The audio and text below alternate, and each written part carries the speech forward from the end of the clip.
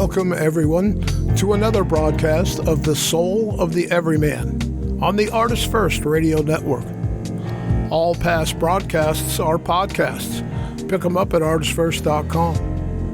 Please send your questions and comments to DJ@ArtistFirst.com. And now, ladies and gentlemen, here they are, Michael and Margaret Lyons. Thank you very much, Z-Man. I am Michael Lyons. And I'm Margaret. And my voice is slightly better. I had a rough week. This is true. Had a rough week. Summer cold. Nothing worse than that. True. You're sounding much better than you've been. Yeah. Not saner, though. Oh, well, sanity's a whole different issue. I have meds for that. Mm-hmm. Okay. So what are we doing tonight? Oh, no, I know. Tonight we're going to talk about our shared past. And at the end of the day, every one of us has a past. And in fact, a large part of what causes people pain, one thing that Tolle often identified in people who are acting unconsciously, a large part of what causes them pain is that what he actually called the pain body, but could also be referred to as sort of your past. We talk about this a lot, that when people have various forms of trauma, they end up with having a sort of leaving a piece of themselves in the past.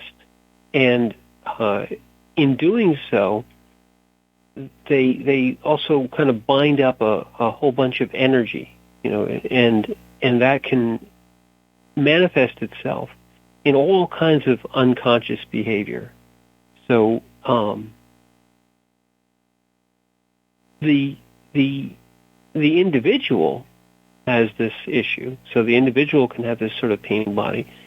And then if you add in a relationship, it can, I would say, not just, let's say if you have two people in a relationship, I would say not just double, but it sort of multiplies. In other words, the amount of unconscious behavior and the amount of suffering and pain can be multiplied when you have two people in a relationship who are both acting unconsciously, and they're interacting through manifestations of their pain body through either individual triggers of bringing up past events, but then the shared past, the unconscious shared past of you did this to me 47 years ago and I've never forgiven you kind of stuff, and the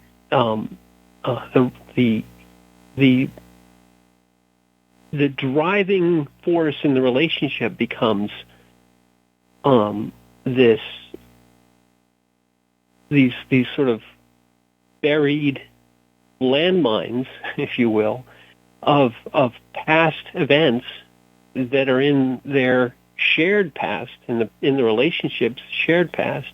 Like, you always do this and I do that, and then no matter what, you're always doing these sorts of things to me, and I'm always, back and forth about that, fighting over those sorts of things that are all, in essence, past and relationship pain body. They're not just individual pain bodies. It's not something that just happened to you. It's something that happened to the relationship, and then comes up and dominates their current relationship, their current interactions in an unconscious way. And we have a lovely quote from Tolle about how important it is not to do that. How important it is when you have a long relationship with another, that you not, in essence, live in those past, and relive in those past moments, especially the past moments of pain and trauma and injury. I think what you're trying to say is that you can't let history with another person in a relationship, the relationship history. You can't let that be the only way you're living your life.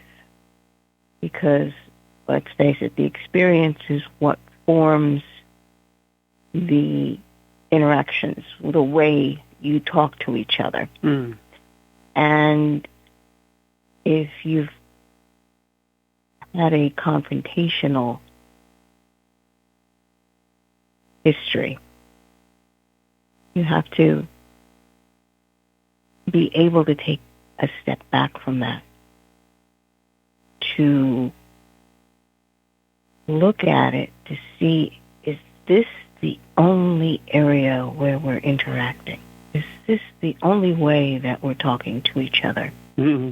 Or are there other venues, other ways that we're able to exchange concepts, thoughts, ideas, emotion? What emotions are you sharing between each other? And what anchors all that is the experience that you're having on a day-to-day level. So what is the underlying exchange that's happening? Because that forms your history.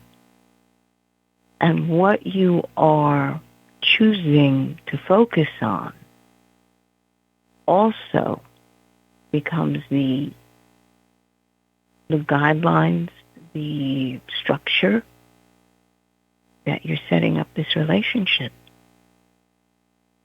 So how broad is the field that you both are functioning in? Is it possible that this relationship you're having with someone is only on an intellectual level? Mm. You can only talk to them about, say, work and figuring out problems at work. Or is this relationship more of a personal thing where there's no way you can bring any idea from work home because there's no way that the two of you will be able to interact on any way, shape, or form? Is it only about children? It goes on. Your life experience presents opportunities for you to build a vocabulary between you and the other in a relationship. And should we read the quote? I was thinking that, but before we do, and I really like where you're going with this, so I don't want to forget these things, because the thing that I took away from what you were saying is that relationships, and we know this from the beginning of many, many relationships, they sort of come with, some, this is my zone, this is your zone, this is what I do, this is what you do, this is where we interact, and then maybe there's these various little, and they can be literally almost like little narrow pathways. You mentioned some. And there's sort of these rules and these roles. And, a lot of relationships have a whole bunch, and I heard this from you, they have a whole bunch of structure.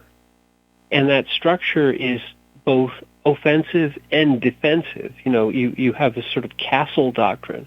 Well, this is where, this is something that I will share with you, and this is something I will not share with you, and this is something that that you are the king or queen of, and this is something that so it's very much, and it can take all kinds of forms. You can see it with money or with kids or with various roles or responsibilities, and you see these relationships where it's a minefield of if we do that, then this has to happen, and if we say these things, then this conversation is going to ensue. It's not just structure; it becomes sort of like one of those Mission Impossible, getting across the room with all the laser beams that you don't want to touch or you blow up. It becomes like not a game, but a A lot of landmines. Yeah, and it's like a labyrinth, and it's like it's like a minefield, where you're on one side and they're on the other, and it's like we're going to interact now. It can be sex, it can be money, it can be all these different things that just become, instead of ways that the relationship flows and pathways for love and for respect and for energy, it becomes a lot more about control. So I do, we should read the quote, but I think you've opened up a great, my mind is spinning with all the great things that we're gonna talk about great things. But we do have this, ground, dear, ground. We do have this boss quote from our buddy Eckhart. Right. And since my voice is so bad, you wanna go for it? Sure. So go right ahead. All right. The more shared past there is in a relationship, the more present you need to be. Otherwise, you will be forced to relive the past again and again. Ole. And this is, if I might, this is more of what we kind of said, but lovely sum up of the premise. So, a relationship has it has two beings in it at least, and then it I think I could say arguably in and of itself has its own presence. The presence of the relationship involves the full participation of the at least two beings in it, and the presence of a relationship where things happen is that present moment. You have to be open and taking in the relationship, and that's what Tolley's talking about. So the more and by what he says, the more shared past you have is the longer you've known this other person, right? Your shared past, it starts at the moment you meet. Maybe before that, if you have a past relationship, because that happens too. But let's see, it starts at least at the moment you meet, and it continues on. And there are most relationships have many significant things that people recall, but regardless, there's all the things that about you that the other knows that really no one else does. Similarly, that that no one else knows about them, because you've lived a significant portion of your life in close proximity with each other in a relationship. So you have this shared past, and it gets bigger and bigger and bigger. So the more you have of that, the more stuff, the bigger the relationship is in one regard. At least the volume of the relationship, it contains all of its past interactions, let's say. The more present you need to be, the more attentive you need to be. Otherwise, you have nothing but these sort of pain body points where you did this and I did this, or this is what you do and this is what I do, and we're going to fight over this because we always fight over this, or we're going to this is the point where you take over, and this is the point where I take over, and that whole dynamic of a relationship which is not present, which is unconscious. I think, as I said in the beginning, I think it takes the pain body that you suffer as an individual and magnifies it. It's not just 1 + 1. It's 1 times 10. The habit form that we fall back on, especially if it's in a relationship. People have a tendency, I know in a few relationships, that divide tasks. Mm-hmm. And someone takes care of the home. Someone takes care of the money. Someone takes care of, it's like you divide everything up. Well, you take care of the kids. I'll take care of the cars. And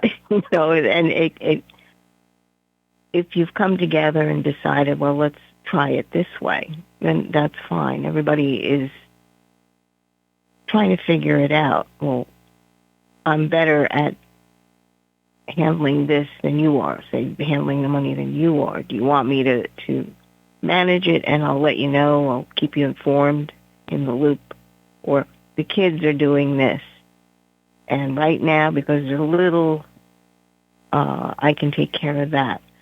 But they need your input. It's one of these where communication becomes vital in all of that. If you've decided that you don't want to communicate, you just want, well, let's just assume that that's there.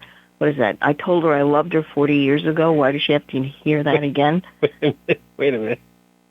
That was a great line. Mm-hmm. What was that from? I don't recall, but I remember it specifically that the guy said, I think it was one of these relationship counseling things, and he was saying, well, just tell the girl you love her. Tell her you love her. I think it was Mark Unger, actually. And he's like, tell the girl you love her. And he's like, well, I have. And he said, when? Well, I told her I loved her 40 years ago. Do I have to do it again? Like, yes. Unger is so funny. But right. but exactly that, hey, why do I have to tell you I love you again? Because, 40 years ago I said so. I haven't taken it back, so it's still good. Yeah, I haven't said I don't love you, so that's the given. You should know about that. Right, so the light's still on. Yep. No, that's not how it works.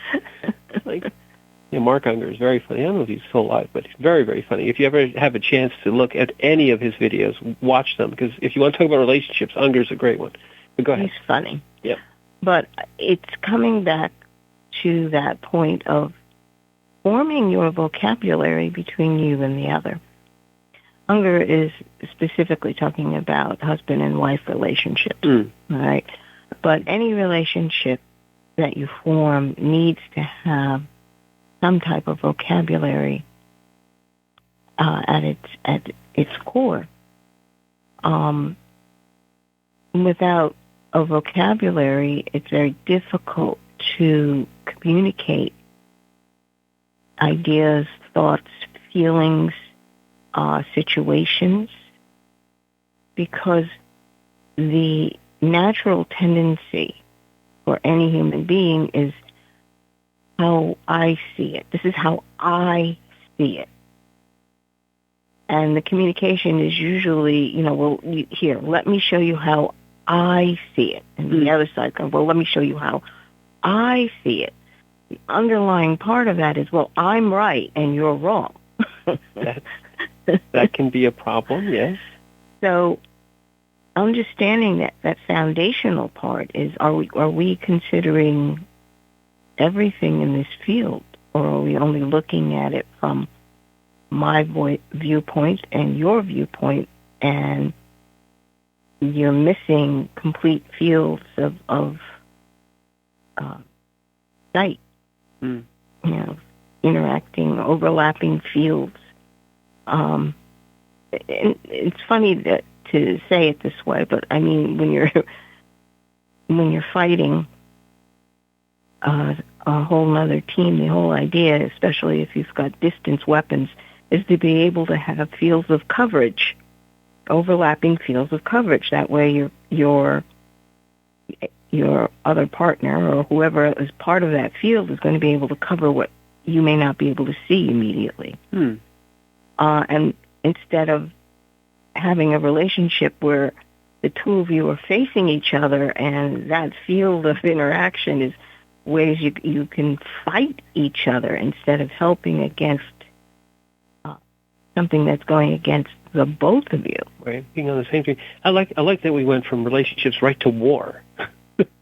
Conflict. But let me back up a little bit. I think there's a couple of things so in relationships, there's a beginning, right? There's a beginning to every relationship. In the beginning. And in the beginning, there's oftentimes, there's an initial attraction if you're having between a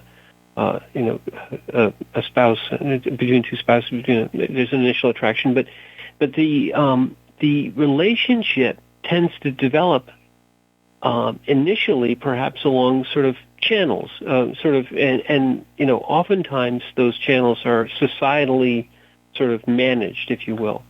So an initial relationship will have certain sort of, let's say, not game rules, ground rules. There's certain ground rules to the beginning of a relationship.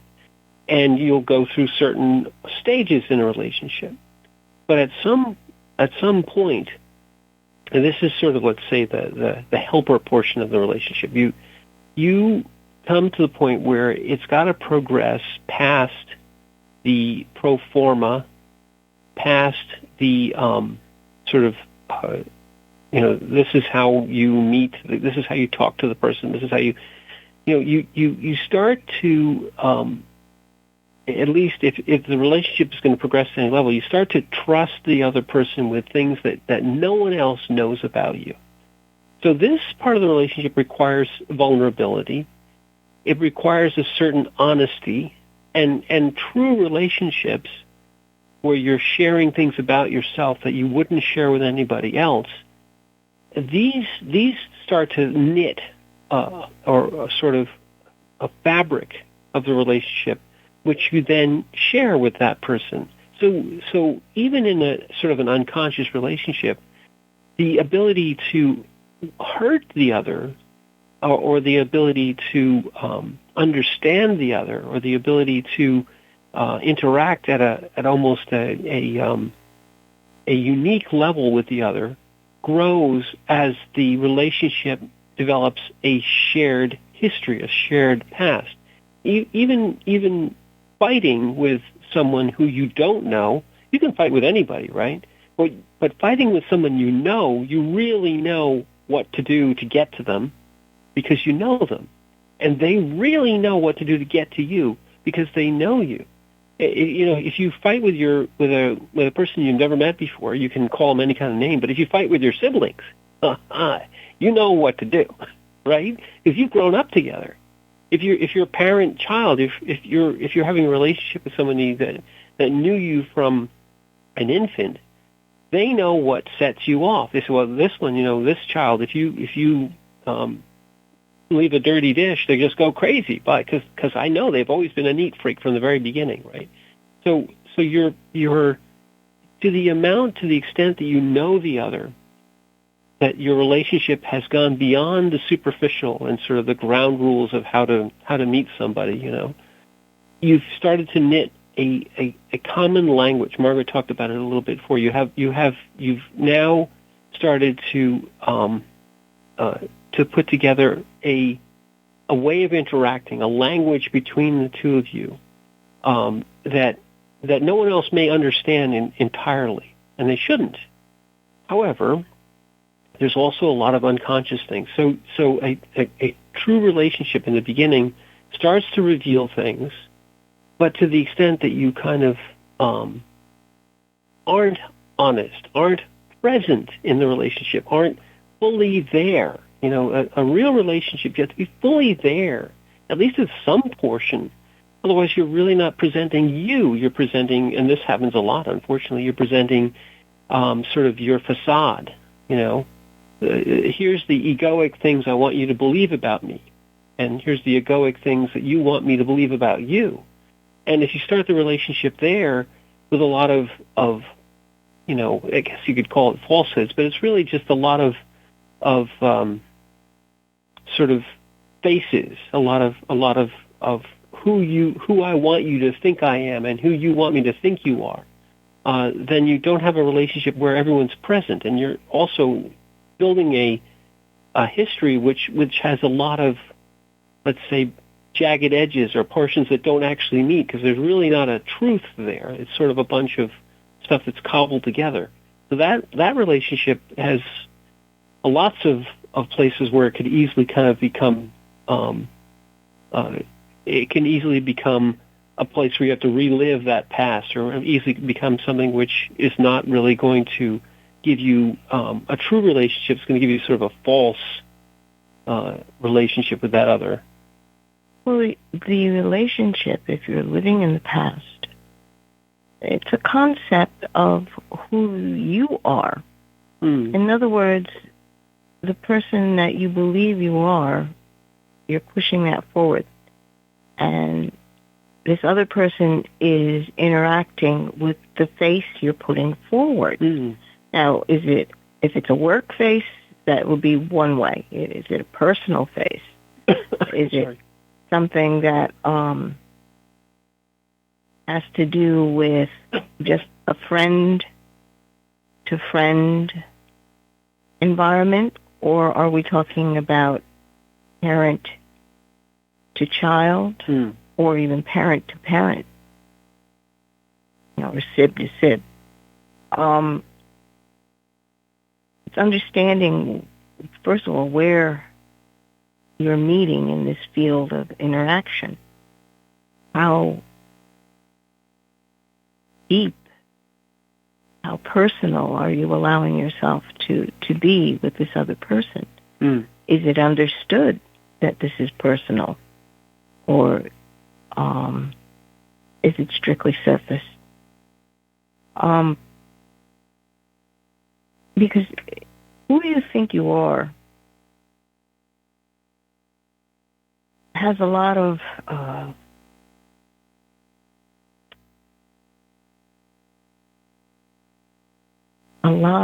it's an underlying foundation on how you act.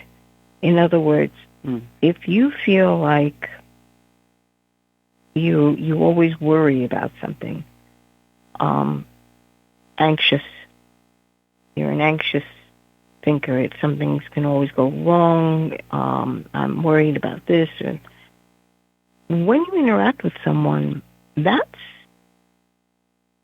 the angle that you're presenting to this other person when you're in the interaction. It's always from the worried angle, or, this could happen, all the things that could possibly go wrong in this interaction, whether it is your relationship with your significant other, or your coworker, and we're working on this project, and all these things can go wrong. Lots of stuff can go wrong. But understanding what motivates you when you're reaching out and speaking with this other person.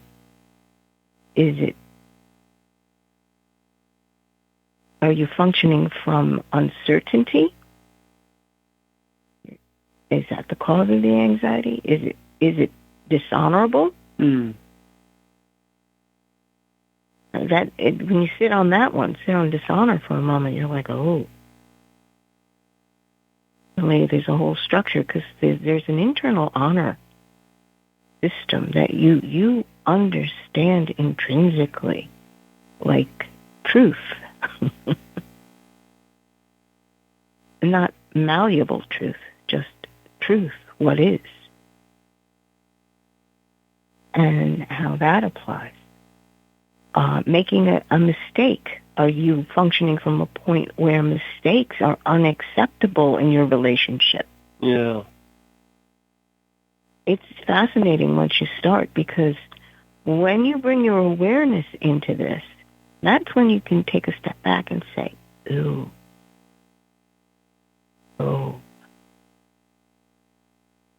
that's my take on that. That's the way I look at it. It's always trying to find what could possibly go wrong, or you're never allowed to take a misstep. Well, so if we back up there, so I like this. I also like this sort of inquiry, if I could restate it.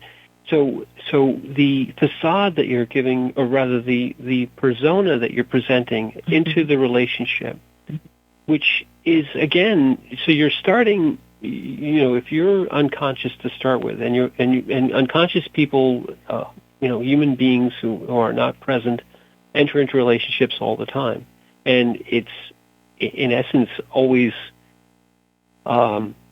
always worse if both people in the relationship are both in some way not present. Okay, so you begin with facade, you begin with personas, and those personas have these limitations. This is my persona is I can never do anything right, or something's always going to go wrong. And we talked about this in the past, where we're talking about fragments. This is maybe a good point to bring in fragments. So if you're not fully present to start with as a person, as a being, you're wearing these various persona. These persona, these ways that who you think you are. Margaret said it already. Who you think you are, and who you think who you would like the other to think you are. The you that you want to present to the person you want to have a relationship with, is a fragment. It's obviously a fragment, right? Because it's not all of you. It's not your full being. It's not your full consciousness. It's a part of you, a piece of you. Oftentimes it's an egoic fragment. When you bring fragments, and it can be more than one, but if you bring a fragment of a person, which is this egoic, who I would like you to think I am, right? It's extremely constructed thing. It can be fragile because of that too, but let's not go into that. So you have this extremely constructed thing. It's a mask. It's a persona. It's a who I would like you to think I am. So it's a thing you've built out of gosh knows what, and you bring it in and say, this is who I would like you to think I am, and you hand it to the other person. What you're looking for to see is how they accept that thing. And they're doing the same with you. So you're handing each other fragments. Oftentimes, these fragments are incomplete persona. They're lacking something, and then very often they're lacking something. And people say, well, you are going to complete me. You're going to add the piece. You're going to answer all my fears. I'm always worrying about something, so I'm looking for somebody who will answer all those fears. I can never do things right. I can't handle money. I can't succeed at life. I'm looking for somebody who's a big success, has a lot of money, right? These are just, examples, but there's a million of them.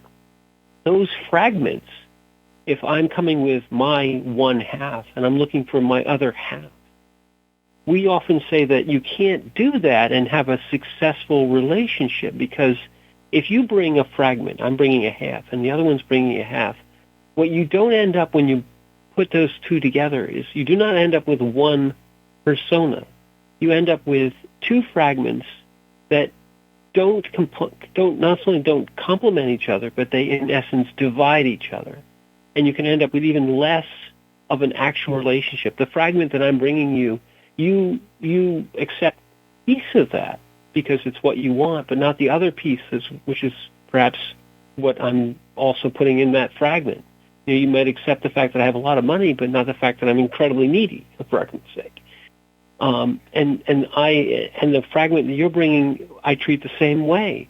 You end up with a relationship which is starting out with very limited acceptance of whatever things you think are good from the other person, and some sort of, let's say, either ignoring or rejecting of the other pieces of the fragmentary puzzle that you're being handed, and the relationship itself has these narrow, you can almost feel it, like narrow little pipelines. Well, I provide the money, and you provide the who knows what, and you make me feel good on this level, and you're always asking me for that level, and this sort of thing from me, and so you end up with a very transactional and sometimes a very the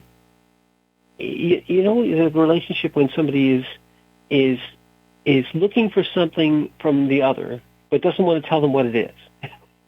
I'm waiting for you to realize what I need, and this often happens where somebody says, well, why won't this person realize that I need them to do this? And Unger will say to that person, well, have you ever asked them? Well, no, I'm waiting for them to realize it. Well, sometimes you have to say what you want, but this is not what the fragment wants to do. The fragment wants, sort of this. Go ahead. Well, women have a tendency to do that. I think it's both sides, but yeah, maybe. Well, just they believe that if we're really simpatico. You should be able to know exactly what I need right at this moment. And that's lacking any form of communication whatsoever. You have to understand, you have to establish a connection.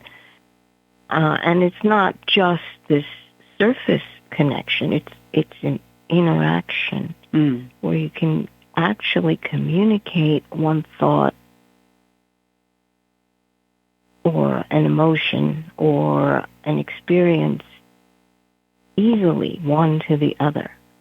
It's understanding. I like the technique now, who had introduced that, where basically you're both talking to each other, and before the next person starts speaking, they turn back to the first speaker and say, okay, what I heard was, and they basically say what they heard.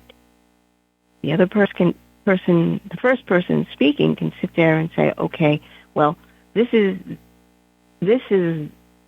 what I was talking about, or this is where I was emphasizing. So it's getting that first concept clear first. And then the second person can respond. Well, this is what I think or feel, or my response is to that. Once that first initial, because you're both agreeing on, okay, this is the start point. We both agree that this is all the aspects of the start point.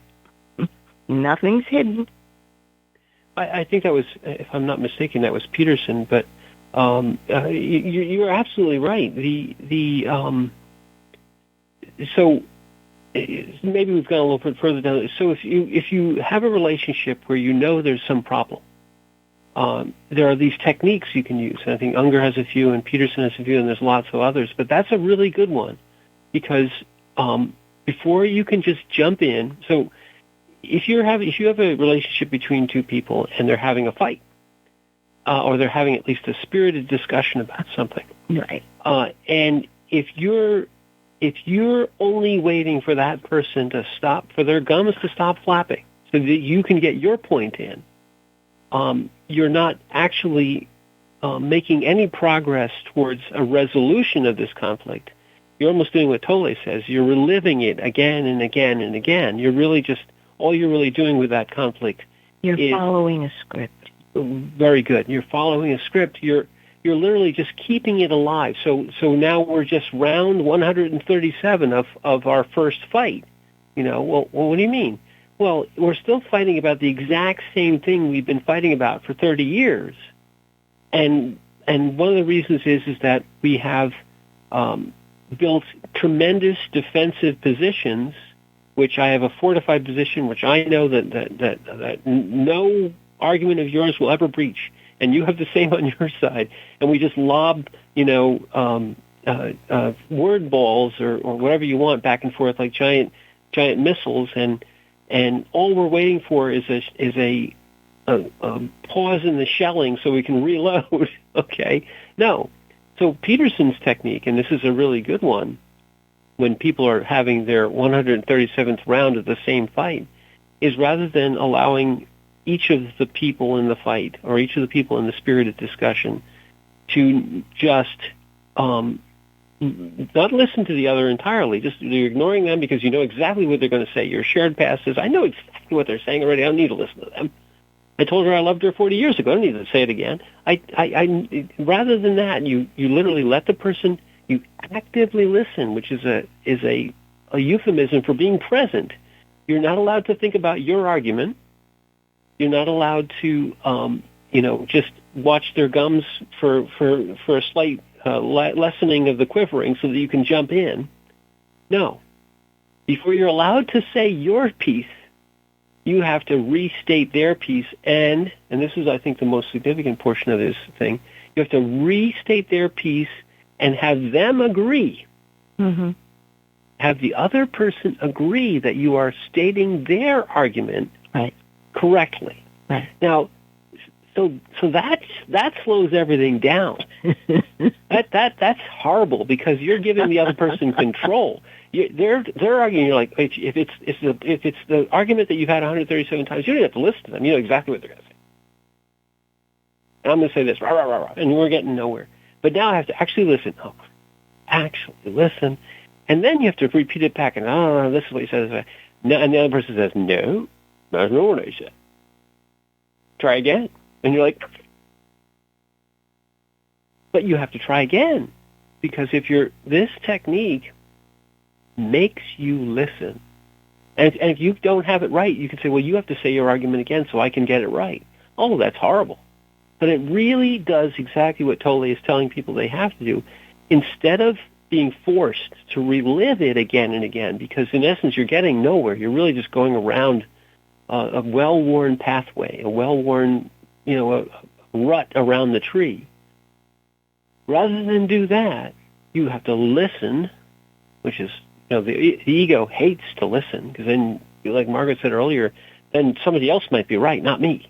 I have to listen. And then you have to repeat it back. And then you have to get them to agree. I don't want them. You have to admit that you might not be right. Mm-hmm. Well, that's horrible. Well, and you also have to realize that it's also done for the other party. Yeah. Both parties have to go through this, which basically dissolves the walls of the ego, and has to give over to the fact that you are in relationship with this other person, mm-hmm. and give that more weight, more first consideration, as opposed to necessarily your walls, your egoic assumptions. Mm-hmm. So if you really want to work it out, see, that's the other thing. You really want to work it out. Because versus just fighting about it. Well, you could also have that part where both of you agree that you're both just going to fight. I mean, you gotta find the place where this relationship's got to hit, where it's got to. Some people just all they want to do is fight. Well, but you said it. You said the most important portion of that. You both have to agree that you just want to have a fight. Right. But that's progress, because you aren't just running through the same steps over and over again. Right. You're doing it in awareness. In awareness, exactly. That's the moment, right here and now. This energy that the two of you have, you just want to fight each other. Mm. So let's fight. And it's funny because most people, well, no, you should be harmonized. It's like, there are points in your humanity where you just need to fight it out. Mm. It's just the way it is. Civil fighting, mind you. I mean, you can't go at each other with hatchets. But to allow both of you to understand that, okay, well, maybe, who knows, maybe that was the thing that attracted the both of you together. Whatever. But to understand... Could be. Good fighter. Hate you more. But to establish consciously where your relationship actually sits. Mm. What is the foundation of it? Are you yearning for a close, intimate relationship, soul to soul, to be so free that you are capable of expressing what is sitting on your heart without worrying about whether or not you're going to be judged or lambasted or seen immediately as the bad guy. Right, or the lesser one. The stupid one, the lesser one. Whatever negative you want to throw at, or you were wrong. Now that's something that you personally have got to understand, that it matters to you that you're wrong. It doesn't necessarily matter to the other person. Mm. It's mattering to you. So being honest about that, though. right. Not saying, well, you found out that I didn't do that right, and now I'm feeling whatever shame. Is it really the other person, or are you saying that because you're self-judging? I mean, so let's we've kind of gone, and I like this that we've gone this way. But so in that relationship where we have the fragments, there's all this inability to truly share and to truly be present. And the longer that goes on, the longer you have these sort of fragmentary, let's say, very channeled or very structured relationships. People say, well, I want a structured relationship. But structure is a crutch in many ways. So I think there's a habitual relationship maybe is what you're looking. Habitual is another good way of putting it. Yeah. These relate. So I think that if you will ask anybody in one of these relationships, you get an honest answer. They say, well, I want to find my soulmate. That's often the phrase that's used.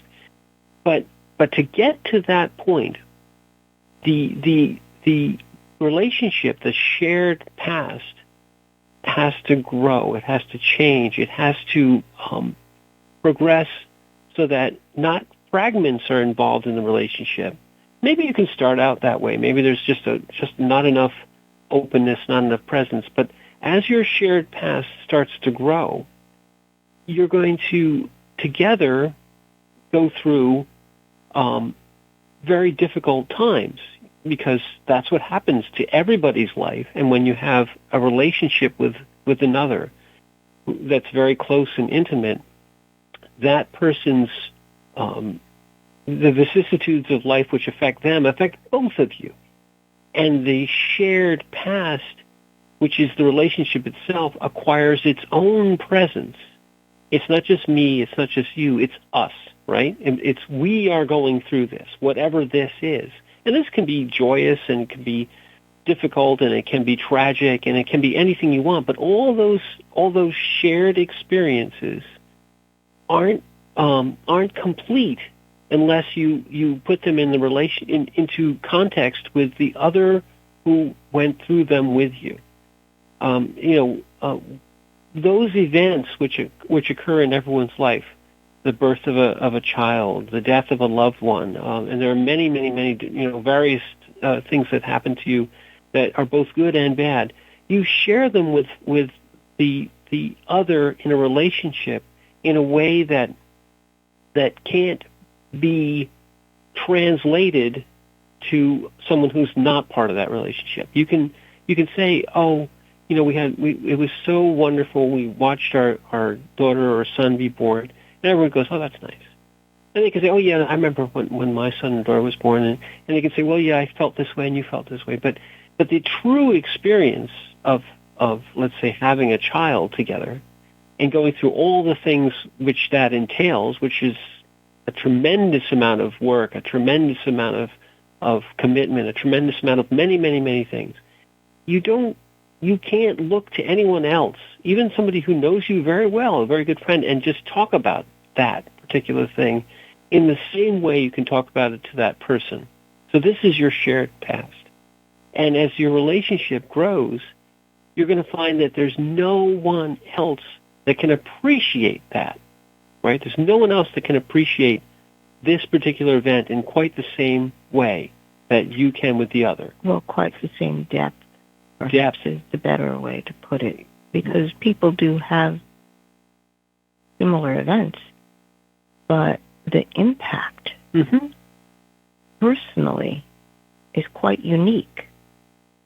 And it's making space for that. You try to communicate an experience, but you can see that it hits people in so many different spots than what may be impacting you. Mm-hmm. So just it's making space for other people's reactions.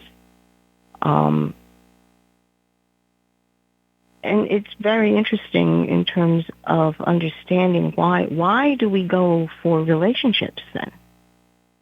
Since there's a lot of angst involved and drama and conflict, as well as the interaction.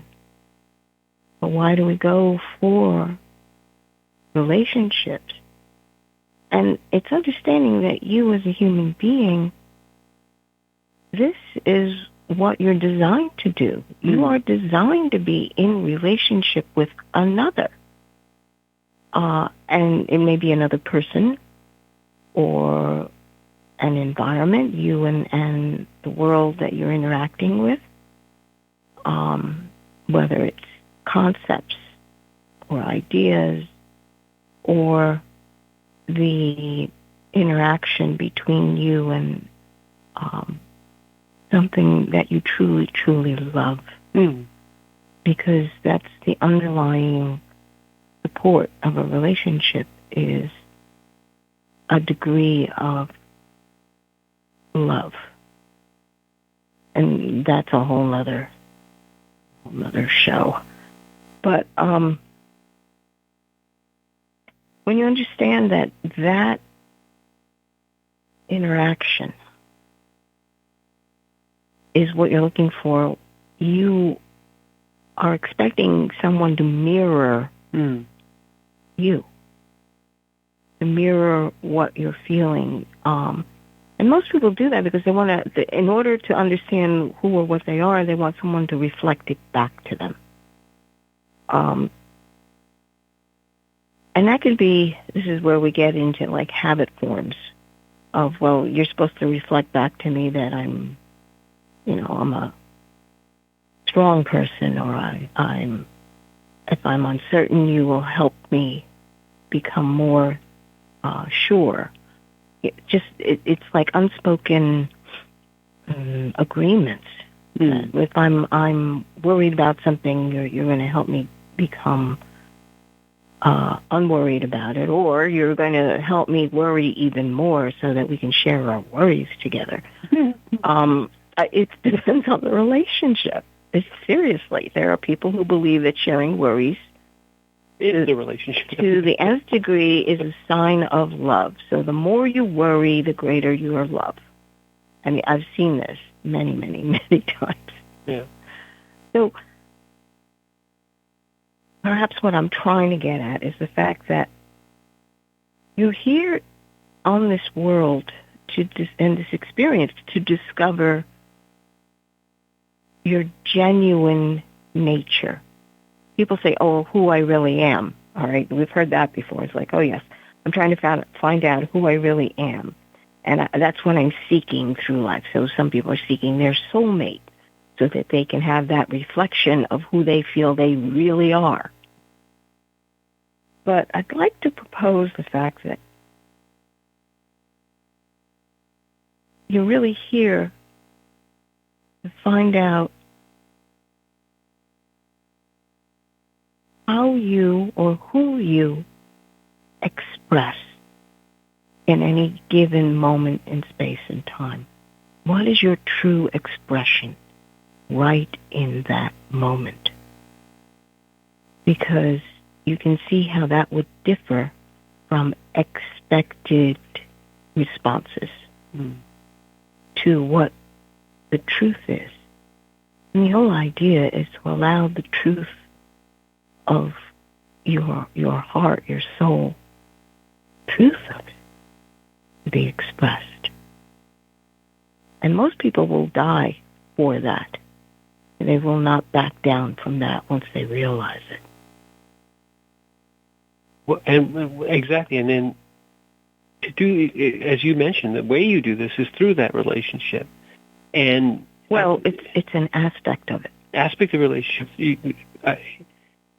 The getting there is getting past this sort of this stage or the crutch or the trap is even a better way of putting it, of reliving the shared experience over and over again, of instead of so the presence of the relationship facilitates the expression of the love, expression of the energy, the maturation of your experience, in other words, the multiplication of your experience, the revelation of your actual being can blossom in a relationship where you are present, where instead of looking to the other with a fragmentary, sort of these are the holes I'm going to let you look in through, and these are the holes that I get to look in through,